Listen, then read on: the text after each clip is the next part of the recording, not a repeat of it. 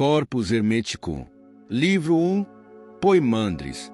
Estudo do versículo 11 ao 20.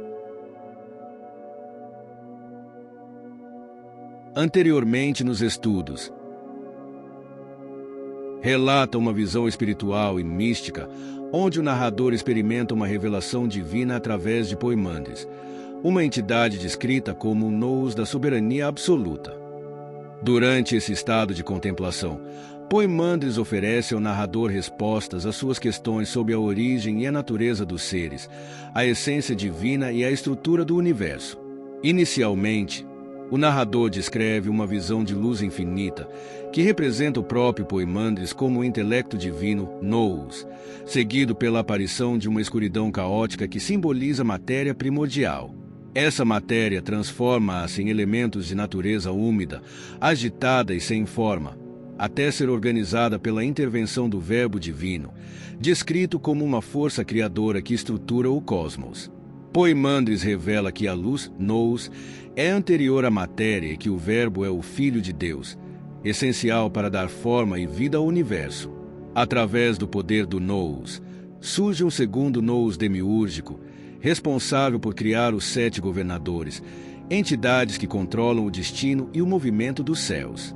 Por fim, o texto explica que os elementos da natureza inferior são desprovidos de razão, constituindo apenas a matéria física, enquanto a parte divina, o Verbo e o nous, é pura, racional e criadora.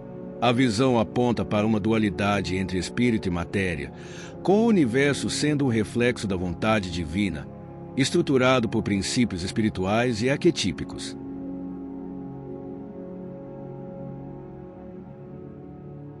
Estudo dessa semana.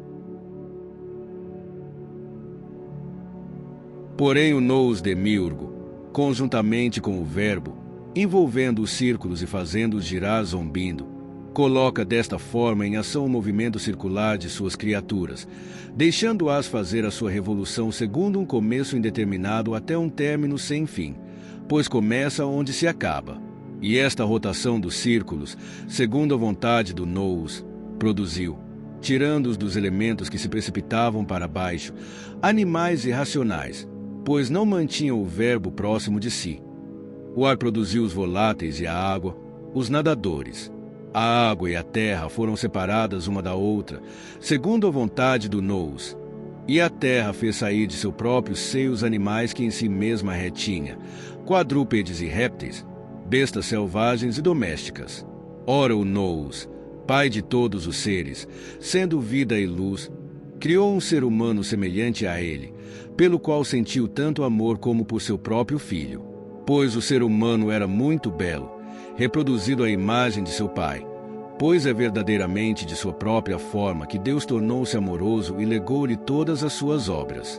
Ora, assim que percebeu a criação que o demiurgo fizera no fogo, o ser humano quis produzir, também, uma obra e o Pai deu-lhe permissão. Entrando então na esfera demiúrgica, onde deveria ter plenos poderes, percebeu as obras de seu irmão e os governadores apaixonaram-se por ele e cada um deu-lhe parte de sua própria magistratura. Tendo então aprendido a conhecer sua essência e tendo recebido participação de sua natureza, quis atravessar a periferia dos círculos e conhecer a potência daquele que reina sobre o fogo. Então o homem, que tinha pleno poder sobre o mundo dos seres mortais e animais irracionais, lançou-se através da armadura das esferas e, rompendo seu envoltório, fez mostrar à natureza de baixo a bela forma de Deus. Quando ela o viu, o ser que possuía em si a beleza insuperável e toda a energia dos governadores aliada à forma de Deus, a natureza sorriu de amor, pois tinha visto os traços dessa forma maravilhosamente bela do ser humano se refletir na água e suas sombras sobre a terra. Tendo ele percebido esta forma semelhante a ele próprio na natureza, refletida na água, amou-a e quis aí habitar. Assim que o quis, foi feito e veio habitar a forma sem razão. Então a natureza, tendo recebido nela seu amado, enlaçou totalmente e eles se uniram, pois queimavam de amor. E esta é a razão por que, de todos os seres que vivem sobre a terra, o ser humano é o único que é duplo, mortal pelo seu corpo, imortal pelo ser humano essencial. ainda que seja imortal com efeito, e que tenha poder sobre todas as coisas, sofre a condição dos mortais, submetido como é ao destino. Por esta razão, assim que se colocou sob a armadura das esferas, tornou-se escravo na mesma, macho e fêmea, pois nascido de um pai macho e fêmea, isento de sono, pois proveniente de um ser isento de sono, não era vencido nem pelo amor nem pelo sono. Oh, meu nous! Pois eu também sinto amor pelo discurso. Então, Poimandes, o que vou te dizer é o mistério mantido oculto até este dia. A natureza, com efeito, tendo-se unido por amor ao homem, causou um prodígio surpreendente. O ser humano tinha em si a natureza da conjunção, dos 7 compostos, como te disse, de fogo e de sopro. A natureza, então, incapaz de esperar, procria na hora 7 homens correspondentes à natureza dos 7 governadores, machos e fêmeas, que elevam-se ao céu. E após isto, Poimandres, verdadeiramente, atingi agora um desejo extremo e queimo de desejo de te entender. Não te afastes do assunto. Poimandres, cala-te então. Não terminei ainda de te apresentar o primeiro ponto. Sim, calo-me. Respondi.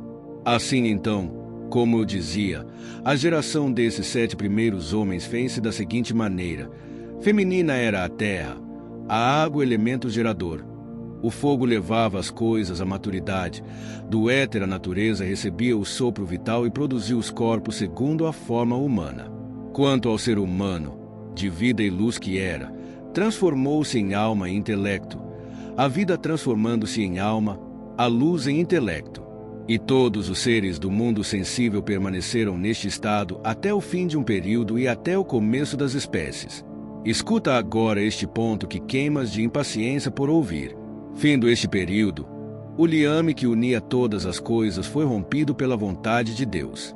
Pois todos os animais que, até então, eram ao mesmo tempo machos e fêmeas foram separados em 2 ao mesmo que os seres humanos, e tornaram-se uns machos e outros fêmeas. Logo Deus disse uma palavra santa. Crescei e multiplicai-vos, vós todos, que fostes criados e feitos. E que aquele que possui o intelecto reconheça-se como imortal e que saiba que a causa da morte é o amor, e que conheça todos os seres.